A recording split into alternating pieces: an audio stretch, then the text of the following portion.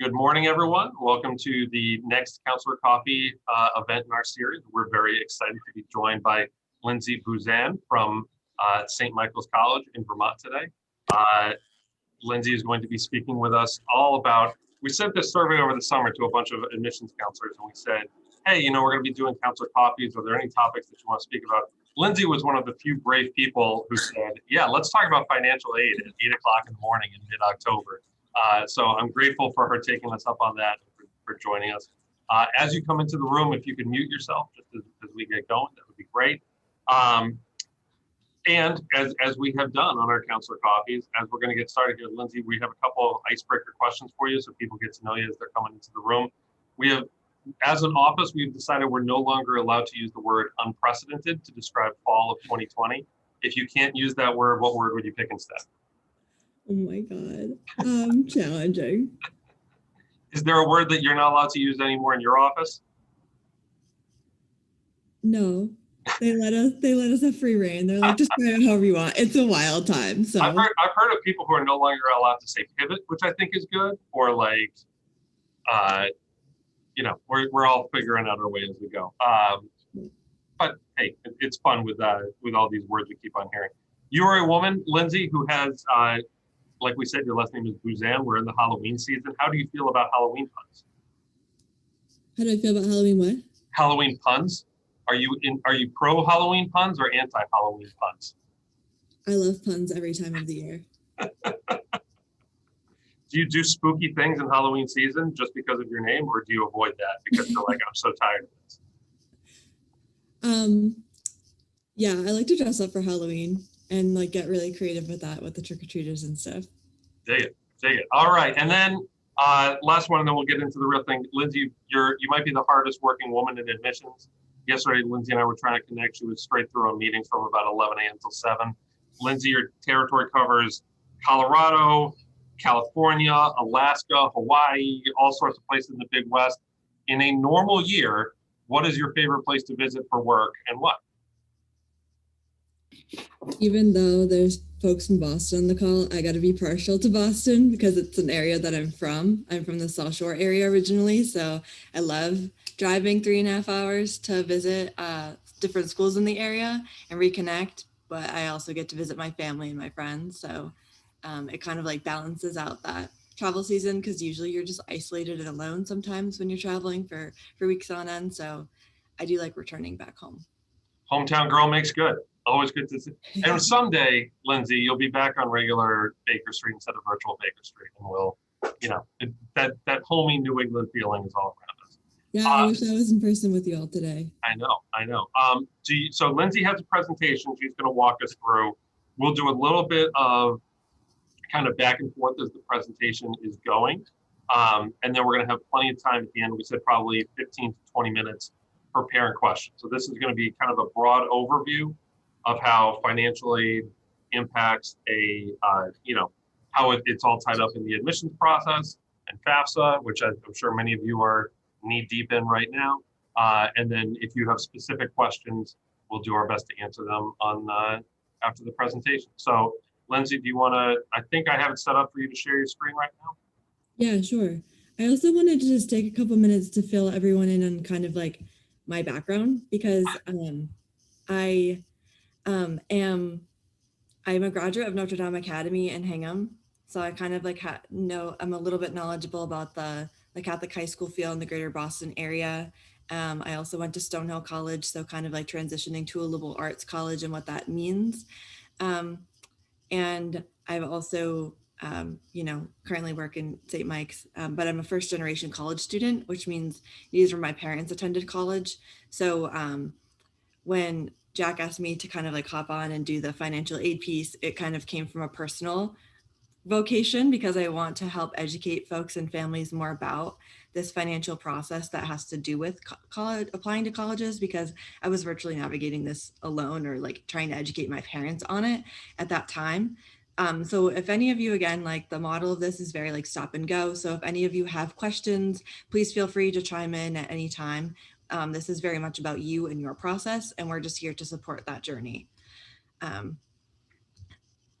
Also the model of this slideshow is kind of zooms in and out.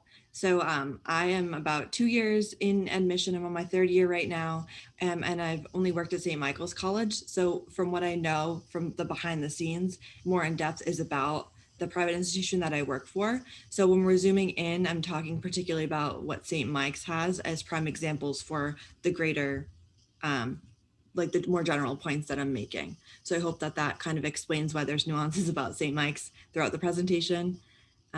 Although I would like all of your children or family members to attend St. Mike's. So this is making sense of tuition.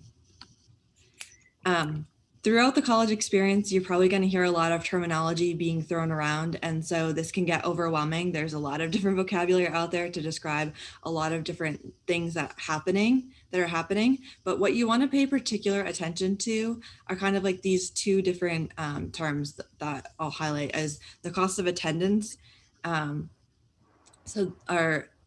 There's actually three. So there's cost of attendance, net price, and sticker price. So sticker price is what colleges will advertise as that bigger price for the tuition plus the room and board. And then after merit-based or need-based assistance, which we can get into as well, there's the cost of attendance is kind of like that for tuition. So for your academic experience, and then there's also like room and board, which is your living costs if students choose to live on campus. And then there's the net price. So after any sort of grants, scholarships, need-based assistance, things like that, you kind of subtract that from the sticker price of the school, and that's what ends up being the net price. So the net price changes for students because it's based on their academic performance, at least at St. Mike's. It's based on the academic performance, which dictates merit awards. And it also has to do with need-based assistance. So the FAFSA, or the free application for federal student aid, is something that we really hope that all families will fill out. It comes out October 1st of the student's senior year. So it's kind of just come out a couple of weeks ago. And then those two different types of awards subtracted from the sticker price of the school ends up being what the net price is. So that's kind of like a general overview of a few terms. I don't know if folks had questions about that, but I'll just pause here for a second at 8:09 in the morning. 8:09 in the morning as we're all starting our coffee. Lindsay, maybe before we get going, I'm sorry, did I cut somebody else off? Go for it. Yes, hi, this is Anna. Thank you so much for doing this. So can you repeat, what did you say that came out on October 1st? The FAFSA, so the free application for federal student aid. Okay, thank you. Yeah, of course. And because we have a range of parents here, 9 through 12, I think we have mostly 12th grade parents, that you would fill out the FAFSA in your son's senior year. So October of their senior year, that's when you would put it in. Yeah, it's beneficial to fill out as soon as possible. We can kind of like get to the deadlines of FAFSA a little bit later in the presentation, but some schools might have like priority deadlines. For example, for St. Mike's, we offer like $1,000 to students who are applying and fill out the FAFSA by December 1st. But our priority deadline for the FAFSA, so if you want to apply for need-based assistance at St. Mike's, you'd use the FAFSA, and our priority deadline is like February 1st for 2021. Okay. So this is what we were talking about. The net price is kind of like that bigger term, the term you want to pay closest attention to, because the sticker price is going to be the same for every student, but net price really depends on the family's financial situation. And this ultimately is defined as like what you will pay or borrow for the entire year. So some schools might meet the full need of a student's financial situation. That's called meeting full need. So everyone might be like evaluated at a particular point, and then you would fill out the FAFSA, and anything that's outside of in that family's expected family contribution, or what's called EFC, the school would cover that. And so that's what meeting full need is. And there's select institutions that do that. St. Mike's does not meet full need. But again, that is something that some colleges might, or a term that you might hear from other colleges. And it's not really an ethical thing. It's usually if you have a huge endowment and you can afford to do that, colleges will do it. But it's definitely something, in a perfect world, everyone could do that, but you know, it is what it is. Yeah, like Amherst College, MIT are two institutions that I know meet full need. So ultimately, if you're applying to schools that don't meet full need, you can go on a website that's a net price calculator. This is a federal law, so every college and university in the nation has to have a net price calculator on their website. And it's a good tool for you to evaluate what you might owe in costs of attendance for a school. Sometimes they have, this says actual net price established once merit and need based is awarded. So like it's just an estimate. So depending on what your financial situation is and how well the student is performing in school, this will dictate what the possible award is going to look like. You can go to our website and test it out if that's something that interests you. But at the end of the day, it's literally just a cost. It's an estimate. It's not a guarantee. I've seen students who fill it out and might rate themselves like higher in their academic performance than what might be on the academic transcript, which might alter their aid, or like vice versa. They're pleasantly surprised after they apply to St. Mike's. And they're like, oh, I didn't realize that, this was I underestimated my academic performance. And so my award looks stronger than what I originally thought through the net price calculator. So I really recommend folks to just apply to institutions that students are interested in, so that you can just get a handle on what the financial aid is. If you're someone who is taking into consideration the cost of a school in order to make an assessment whether this is a good decision for the family overall, because it's an investment and colleges are getting more and more expensive these days, you would there are options for you to kind of so for example, for St. Mike's, what I'm trying to say is that for St. Mike's, we do if students come to an info session, we waive the application fees. So there's opportunities too. I'd encourage you to reach out to different admissions offices to see if there's fee waivers associated with the apps, so you're not spending money to find out how much you're going to save in college overall. I think that's good advice. To see about that, what you can do to kind of offset that if the college is interesting to you, so you can learn more about it.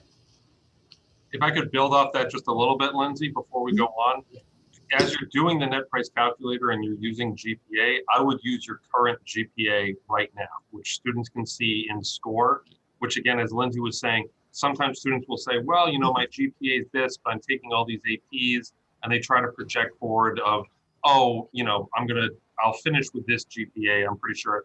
And students never do those calculations correctly. It would be better to be conservative on the front end of that and say, well, this is where I am right now. Ideally, it goes up because, you have a strong year academically or whatever happens. But you don't want to project and say, I'm sure my GPA is going to rise X points in the next few years. Therefore, I'm going to put that projected number on. And then, Lindsay, on a lot of websites, there's two different net price calculators. Sometimes there's the net price calculator, and then there's like a really short kind of like calculate cost of attendance. What's the difference between those two? Does that make sense? Do you know what I'm talking about? So there's the cost for school, and then there's cost can you say that again? Sometimes there's like a really quick estimate, and maybe it's not even on the school website. Sometimes it'll just be on, like, we use SCORE, sometimes it's on Naviance, where it's just like estimate your cost of attendance. Like, why should we not just use that quick tool? Why should we use the full net price calculator instead?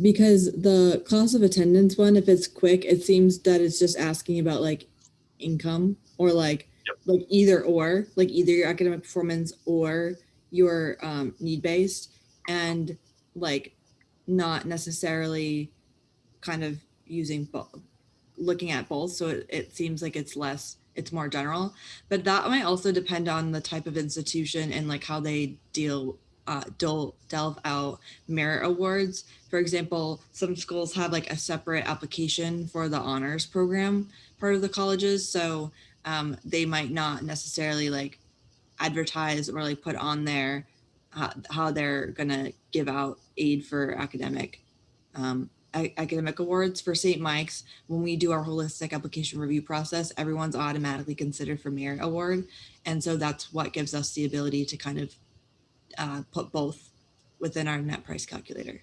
So it varies from college to college. Perfect. Did anyone else have any questions while we're on this slide? Okay. You can also feel free if you don't want to speak, you can feel free to use the chat feature too, and we can kind of ask questions that way. But either way, I'm fine. Please feel free to interrupt me. This is kind of like the cycle for navigating the process of financial aid. So in kind of like summer/early fall, and again, this is kind of different given the nature of COVID and what we're experiencing. I feel like everyone's kind of starting on this a little bit later or feeling rushed to do that. Please know that in admission, we're very much here to support you in your process. So at St. Mike's, we are, I'm always working with counselors and families and trying to be really flexible and understanding of their situation. We have like 2 early action deadlines. One's November 1st, and a lot of families that I'm talking to are kind of like feeling pressure to meet that deadline. And I'm like, as long as you get your Common App in, the rec letters and other factors can kind of be, we can work with the counselors and figure out that, but you don't need to stress so much about this. But that said, there are just deadlines that don't change. And so we really have to be, we can adapt, but to help you meet the other deadlines that you're facing that haven't changed in the nature of COVID. So that said, for the senior year, really want to research the application process for each school. So like I said, that varies school to school. The net price calculators vary from school to school. Just realizing that they're estimates and just doing your due diligence about looking at local scholarships to see what's available out there. Again, if that's something that you think that you might need as a family. I did touch on this a little bit too. Sometimes the applications vary, so there might be merit and need-based assistance, as is the case with St. Mike's. Sometimes there's a separate application for specific scholarships. So for St. Mike's, we do there's specific like Army and veteran scholarships that students can apply for. Depending on like your major, there's other scholarships that might be available to you as well. So these are just examples that you might consider at other institutions too as you're researching that. In October 1st, the FAFSA came out. So you really just want to submit the FAFSA as soon as possible. That's really what we encourage, and you'll hear that a lot at different colleges and universities as well. That's something that they'll recommend. There's also an application called the CSS profile. This isn't required by St. Mike's. There's usually a monetary value associated with applying with the CSS profile, but it's a more in-depth look at your financial situation.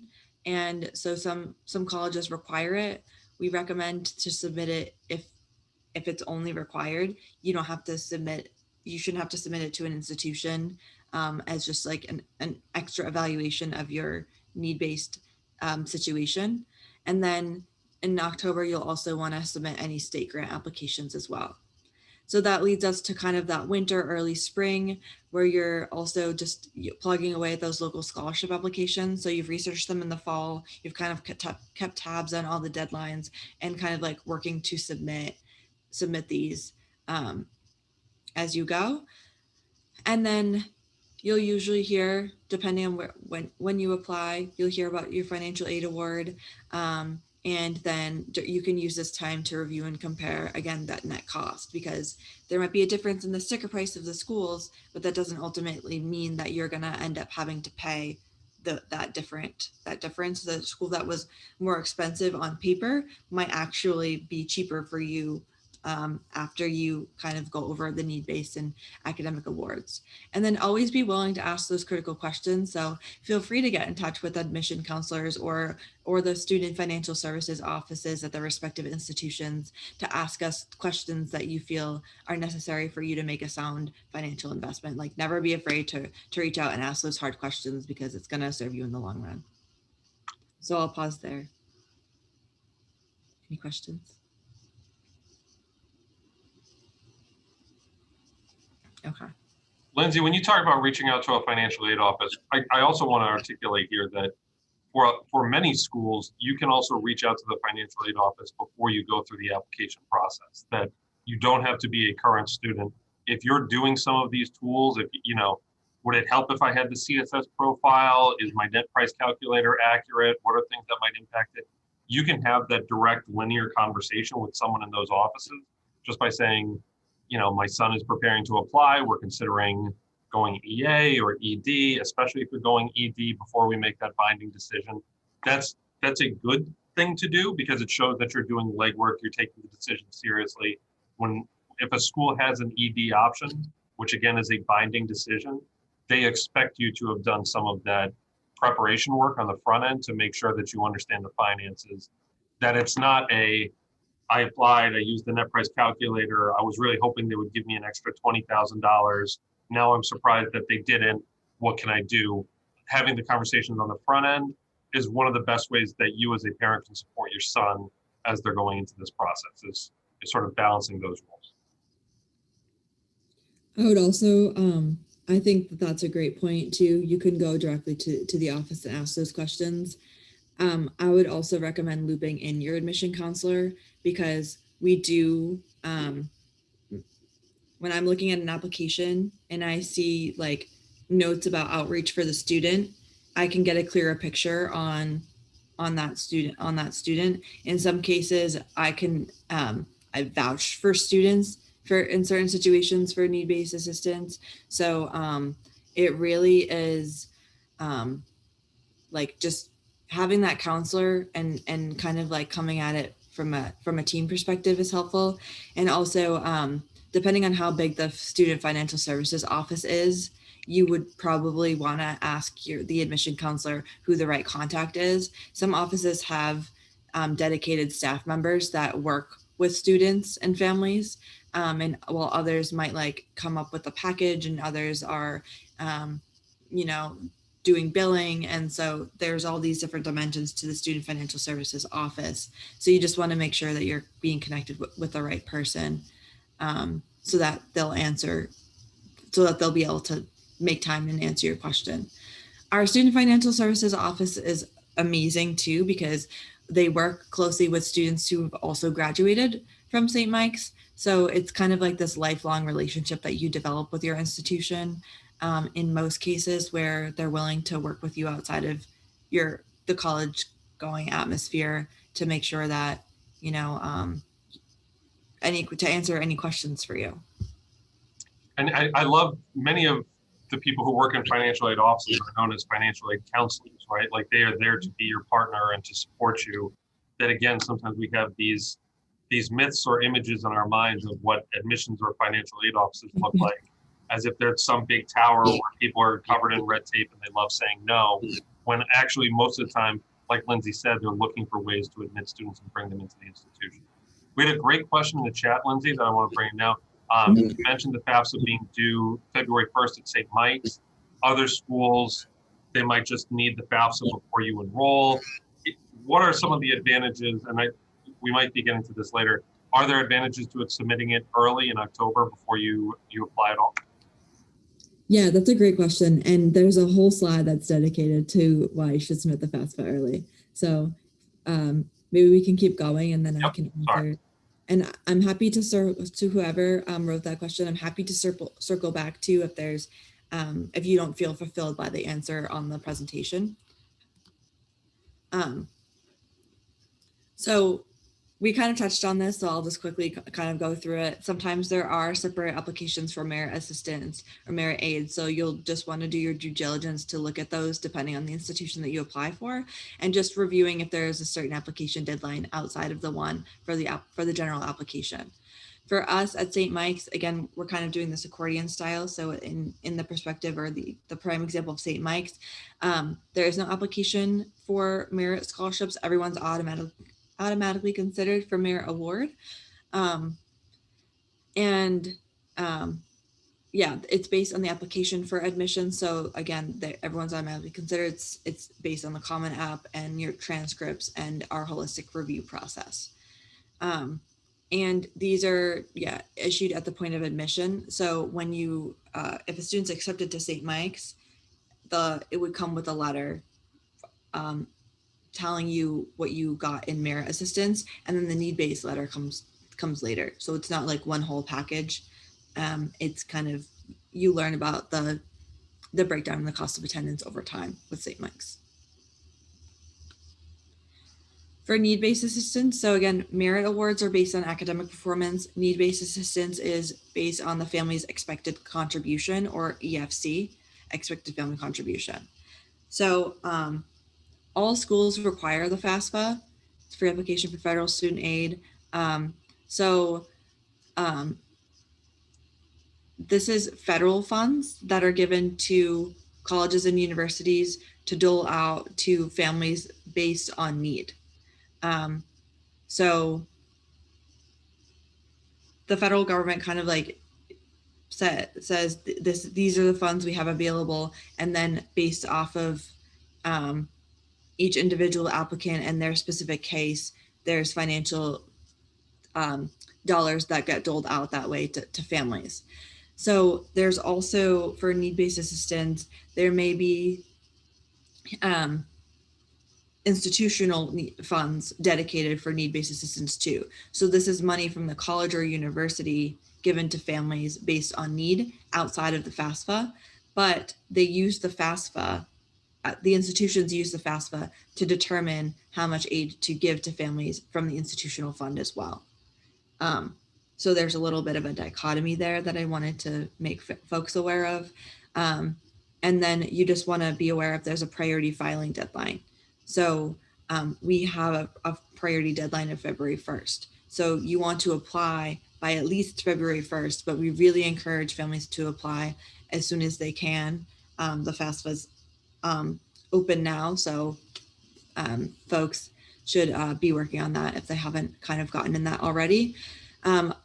At St. Mike's, we always ask families, regardless of socioeconomic status, regardless of what they think their EFC is, if you're looking for need-based assistance, to just apply with the FAFSA, to just fill out the form, because some families are pleasantly surprised with what they actually qualify for. Some families might think that it's all about that it only makes them Pell Grant eligible. It doesn't. It can open you up, and it can open the family up for like federal subsidized, unsubsidized loans as well, which are lower interest rates than traditional private loans.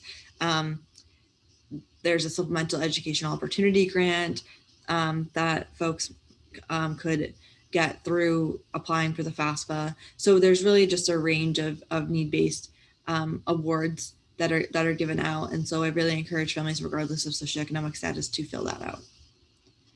And then again, at St. Mike's, kind of zooming in again, our FAFSA is the only application that we use when we're looking at need-based assistance. So when you fill out the FAFSA, it might open you up for our institutional need-based funds as well.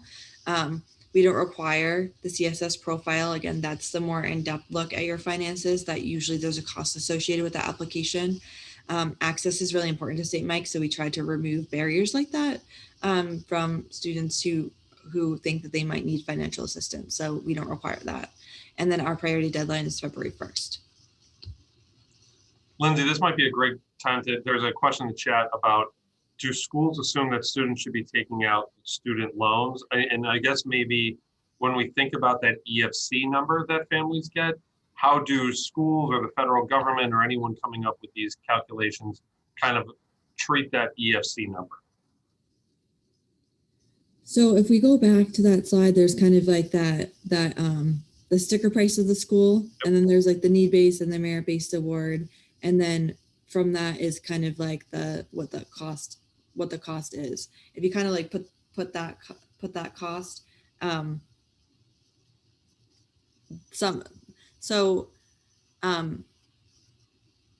schools, when you're filling out the FAFSA, they don't know what your merit award is, which is going to obviously cover some of the costs. So it's based, it's like this formula that the federal government uses.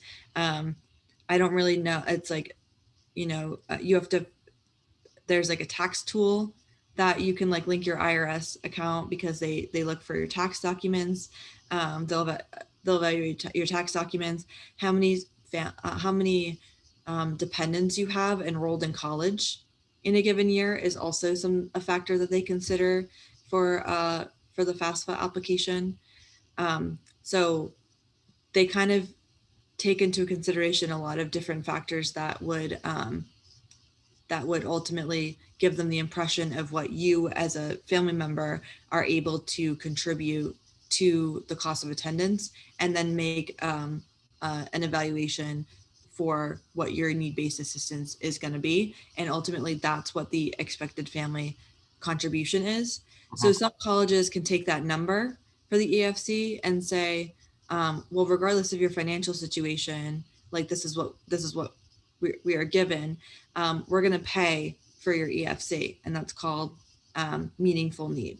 So you filled out the FAFSA, figured out what it was going to be for you, and then they do that.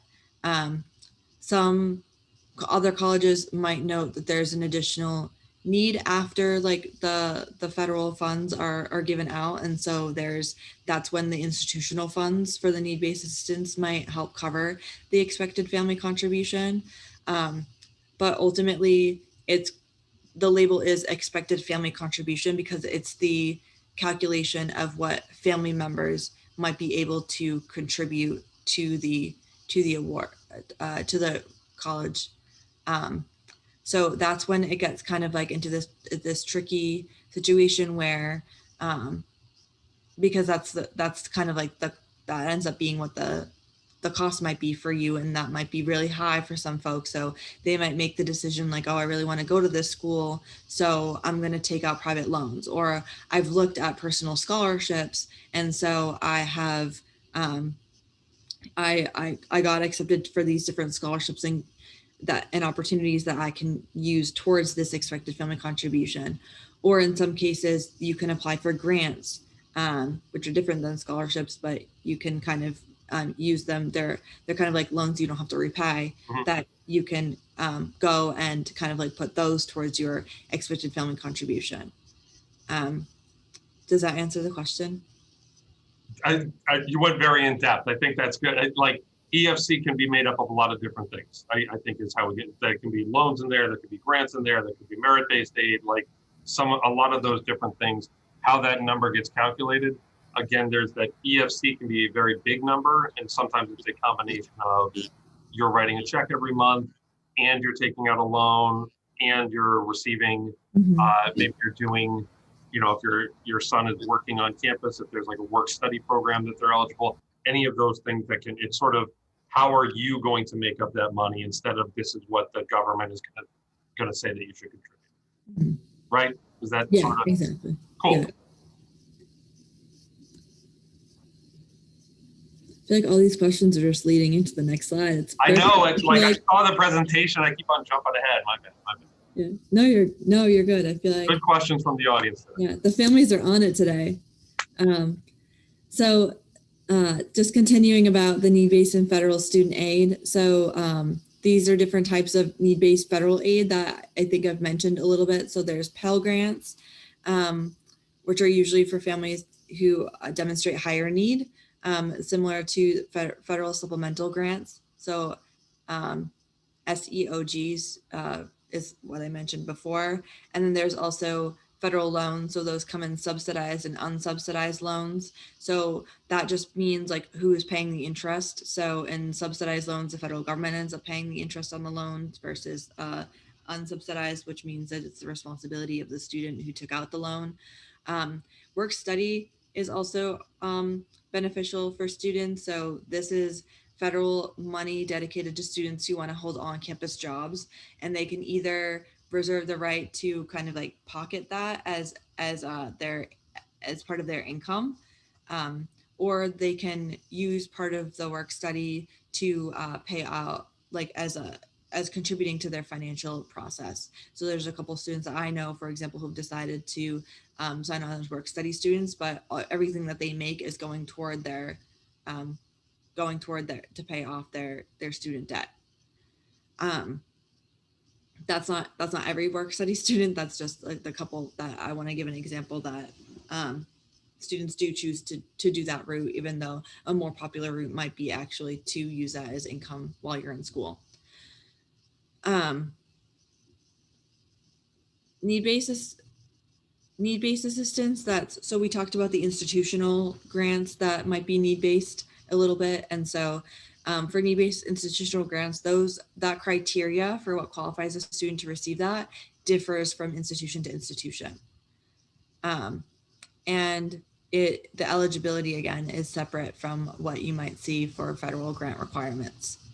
So at St. Mike's, our need-based assistance that we have, so our separate institutional grants outside of what the federal dollars are, or we call that the Edmundite grant, because it's named after the Society of St. Edmund that was the founding order of priests for St. Mike's.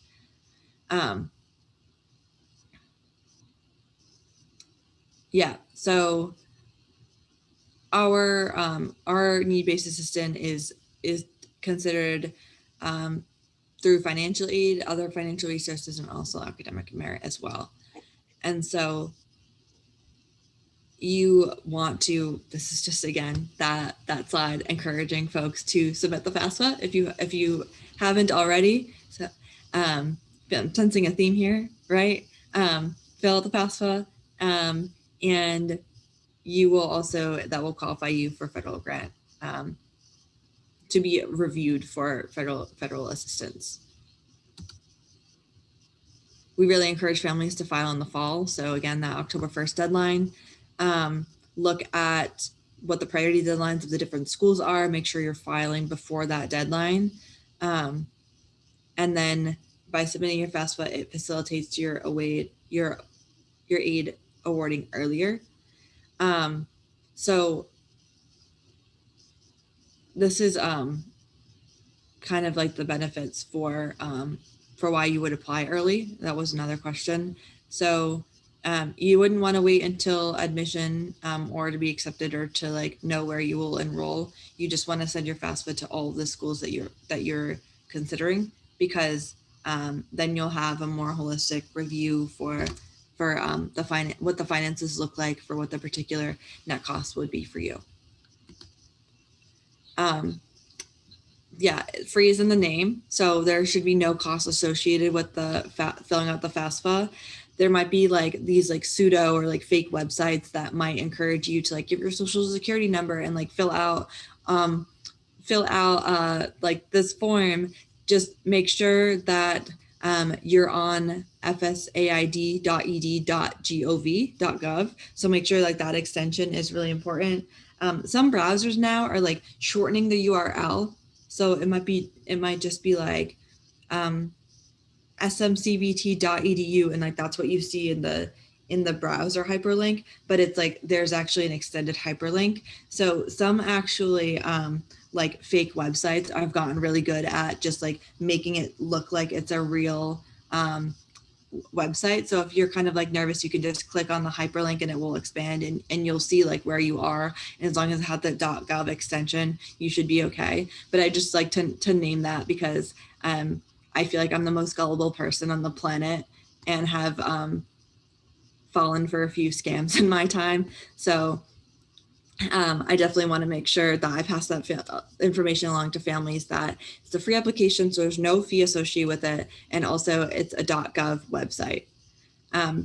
You want to create your own ID and use it as your own. So there's like the student one, and then there's like the family one. The FAFSA will always talk to the student. So just make sure that like you're in communication with the student in terms of in terms of any correspondence from FAFSA to them. There's also a really easy tool. So I mentioned that the FAFSA is like looks at your tax returns, and you have to fill out the FAFSA year over year because it evaluates your previous tax year. But there's a really simple tool that is on the FAFSA called the FAFSA IRS data retrieval tool. So you can just like link your information from the IRS and it will pull all the relevant information into your FAFSA application. So you don't have to go like down the line and do everything. It's all there. It's really convenient for families. I cannot recommend that highly enough. I mean, like, honestly, I talk to families, they're setting up for a 4-hour nightmarish slog through the FAFSA on a Sunday afternoon. Then they realize they can just type in their IRS information, and then it saves everyone hours in the process. And everyone, you get to eat your apple cider donuts and have a lovely day. So if you do not already have an account on IRS.gov, I would strongly suggest, hey, next year when you file your taxes in April, create one then, because you do have to fill out the FAFSA every year. If your son is an underclassman, create an account now so that you have it for next year. But that is one of the greatest time-saving tools in this whole process. Sorry, plug. You're good. You're good. No, that's relevant information. And also just like communicate special circumstances. So maybe your family experienced unexpected economic hardship. And so that influences your ability to pay, or like what your situation was like in the previous tax year is different than that is now. Definitely encourage you to communicate that with Student Financial Services.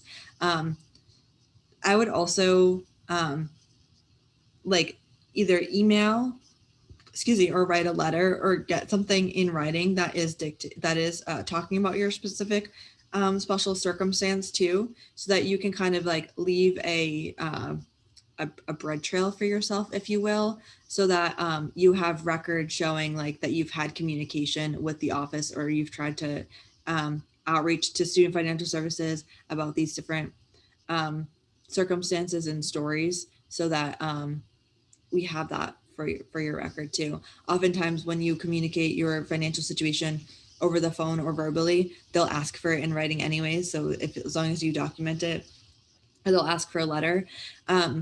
I've also heard, and I would encourage this too, that if your family has undergone special circumstances, that the student be involved in either writing a letter to Student Financial Services or communicating their awareness of the economic hardship.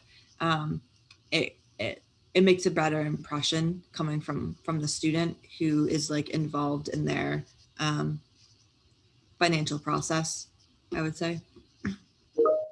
And I think there's a great deal of vulnerability in that, right? Like, especially in the last year, if anyone is experiencing any COVID-related financial hardship, it can be very difficult to have some of those conversations with your son. And I think that is one of the stressors that exacerbates this process for many families of, in many ways for young people, this is the first time they really start to understand family finances in a very real and tangible way about what is out there. But what am always impressed by is when I'm working with students in this process is, again, going back to that conversation we had before about admissions counselors and financial aid counselors who want to help you and understand your circumstances, approaching those people as partners and not opponents, and just saying, this is what we're working through as a family right now, especially when it's coming from a student to say, this is where my family is, this is what I'm doing, this is what I care about. Those are all very valuable conversations to really, the more you do that groundwork early, the easier the process gets eventually when you're deciding between your accepted schools from March to May and saying, well, where's my fit going to be? You don't want to be saying then, hold on a second, I had this financial piece of information that I held back because I felt uncomfortable sharing it in November, but now it's March and this is my son's dream school and we're looking for X amount of dollars to make it happen. So it's a difficult thing. I'm not saying that it is an easy conversation to have, but those family conversations are beneficial for everybody in the process. Yeah, and to Jack's point too, if you know there's a certain dollar amount, or you've done the math and you're like, I just need like X amount, that's also super helpful for us to see like can we meet that, or can we partially help that family be able to afford St. Mike's at that time, speaking particularly for my college. But yeah, we would definitely welcome that. So from the student and also kind of like having a significant or a specific dollar amount associated with what you might need to kind of close that gap. Also, we just want to emphasize too that like we maintain a strict sense of confidentiality too. So your financial situation is would it be discussed like outside of what that is? I mean, even the amount of vulnerability I experienced in students writing their college essays, and hearing their different perspectives and experiences, and then kind of like seeing them on campus, it's just like such a solid reminder that it's like people are like icebergs. You only see like the top that's above the surface, but there's so much depth and like so much to people's experiences. And similar to that, like the economic experiences and setbacks that families might face because of COVID or for any other reason, we just want to maintain that sense of confidentiality for you. So it would be a matter of talking about it with your family and student financial services and how we can best serve you. But at the end of the day, that's your story, and that's like not our right to go talk about it. And then switching maybe back to kind of a basic question that's in the chat. Can you send the FAFSA to different schools at different times? Not the same level of vulnerability here, but is it okay to send the FAFSA if I decide to apply to a school, regular decision that's not even on my list now? Can I send the FAFSA then? Yeah, so you would just like accumulate all the schools that you want to send to, so you can just like list them out, and then I think that they're that then you would just like send them to the different schools. You could if you're applying like early action and you want to apply to another school regular decision, you can just add that college to the list and send it, and then they would just get that information early, but you already have it done and it's sent. On the flip side, if you send the FAFSA and then realize that like, oh, I actually really like the school and I didn't submit the FAFSA, you can just add it to the list and send it after as well. So you've already had the application done and you're just like sending it to a different school. These are kind of like other sources of financial aid. So we talked about like loans a little bit, excuse me. We talked about, excuse me, I feel like an itch in my throat. All right. Loans a little bit, and need-based assistance, merit assistance, and now we're kind of talking about these other sources of financial aid. So you can look at like private scholarships, contact your high school guidance offices and see if there's grants or scholarships available. You want to look at like local businesses and civic organizations like Rotary clubs maybe. And then there's also this website called fastweb.com that has a bunch of different scholarships associated with it. You also want to look at your respective finance authority for each state has one. So for Massachusetts, I believe it's MIFA. Yep. Massachusetts Educational Finance Authority. For Vermonters, we just have it on here as VSAC. And then also, again, your state and higher education authority. So looking at local state grants and aid programs as well. So those are recommendations that we have for looking at other sources for supplementing the expected family contribution. As a private school, we actually have a small scholarship database, and we often recommend families, you're eligible if you live in the city of Boston, or if you live in a different town, you're eligible for some of those town scholarships. So sometimes going to like just your local high school website or a town website to see if there's scholarships available for that. If you were a resident of Canton applying for a Canton-based scholarship, you're eligible for those even if you don't go to Canton High School.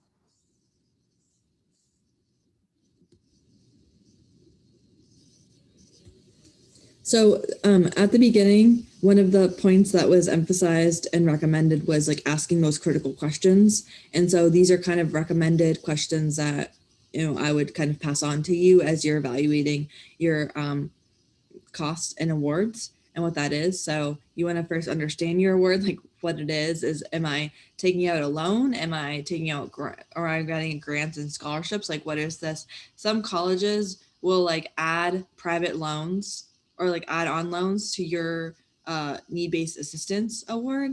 And that makes it really hard to decipher for students, like what type of finances or like what type of award you're receiving.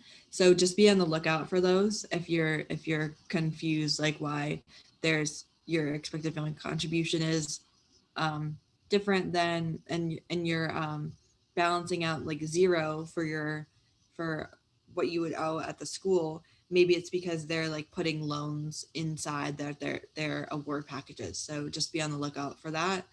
The free money associated with paying for college are usually called grants or scholarships. So grants are money that you don't have to pay back. Scholarship is usually you've undergone some sort of like achievement in order to receive. So that could be like an academic scholarship, for example.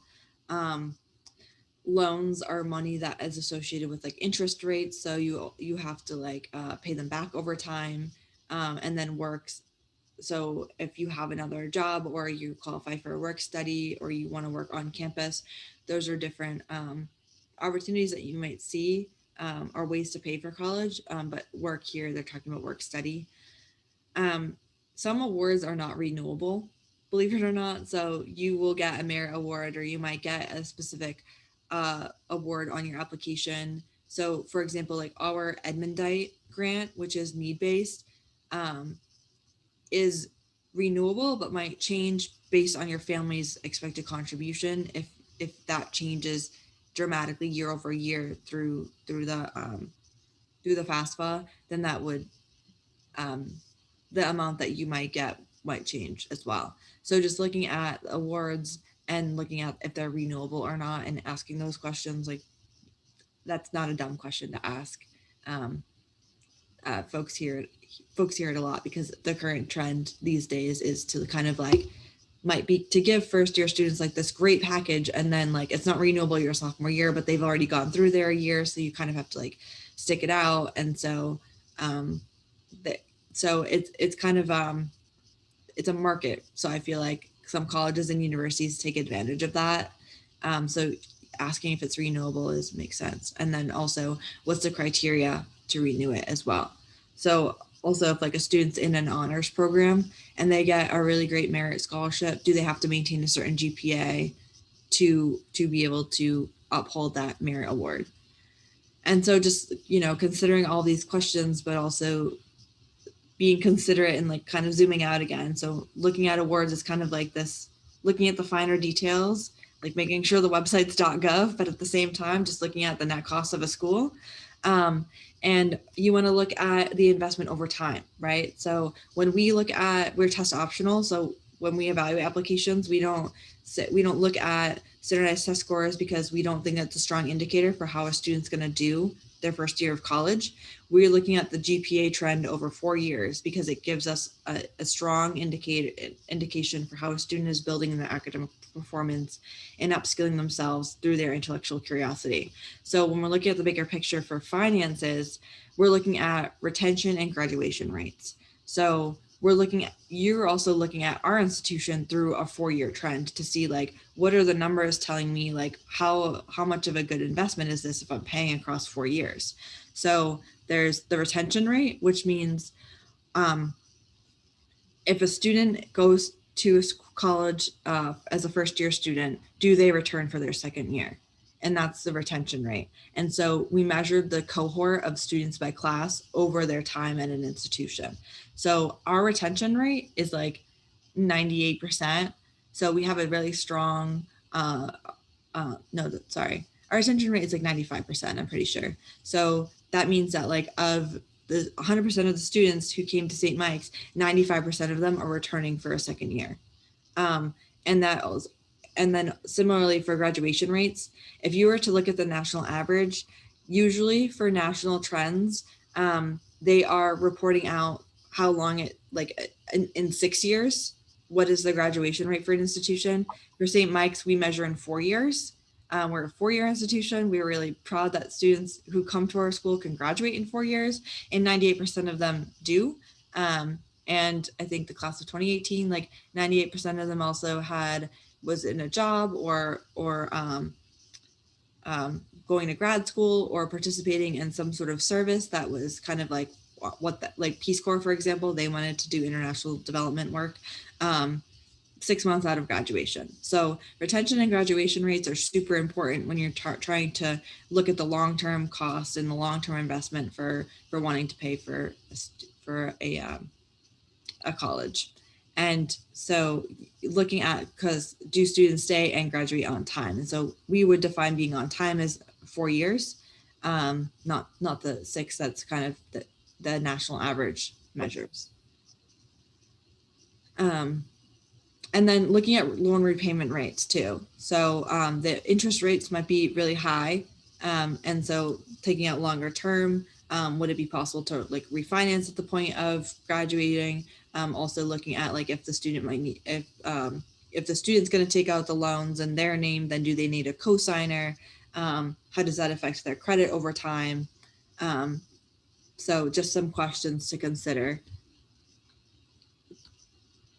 And last but not least, if you have additional questions or if I've answered, or if anything else pops up as you're going through this process, this is my contact information, and I'd be happy to reach out to you about St. Mike's, but also you can connect with me about anything I've talked about today or the college admission process in general.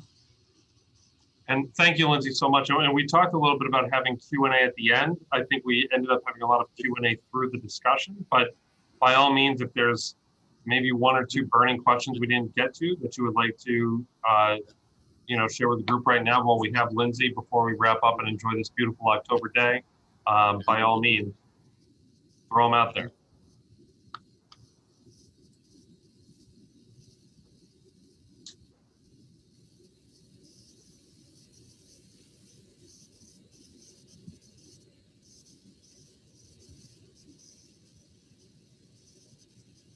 I can never tell in these moments if people are typing furiously or just staring at each other. Okay.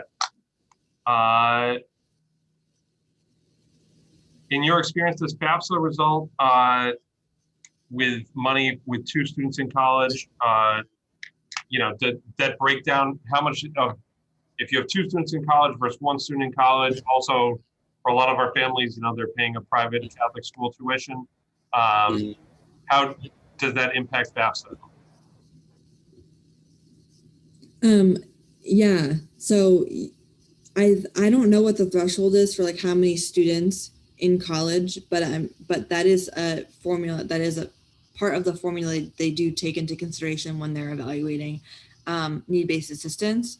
At St. Mike's, if we have 2 siblings who are like both attending St. Mike's at the same time, that's also taken into consideration and might give you more need-based assistance through Edmondite grants based off of that as well. And then this next question is another one. Is applying for grants different than applying for scholarships? Yeah, I would say that scholarships are for like some sort of achievement. And then grants are usually money that you just don't have to. So in either case, it's money that you don't have to pay back. They're just called different things because there's usually different reasons why you're awarded them. I would also say, and Lindsay was talking about this earlier with the scholarships, there's local scholarships on this end. There's also scholarships on the college end that sometimes schools will have scholarship money that goes unused because there's a specific major or, a college within a university or a specific program. Asking those questions with a financial aid office and just, are there scholarships that maybe I would be eligible for at the school? Sometimes that direct, looking for a scholarship on that end is easier and kind of narrows the focus more than it would if you were, doing a wide open search on FastWeb or Going Merry or any of those scholarship database search engines. So. So I don't know if any families here are like military families at all, but like St. Mike's is like a yellow ribbon school, so you could look at schools associated with that as well. And that's something I feel like a lot of folks don't know about. Mm-hmm. There is, whatever your family situation is, there is a scholarship to match it, right? Like someone, you know, whether it's where a parent works, whether it's your family's background, if it's anything like that, a lot of those factors about identity, there are different scholarships. So look.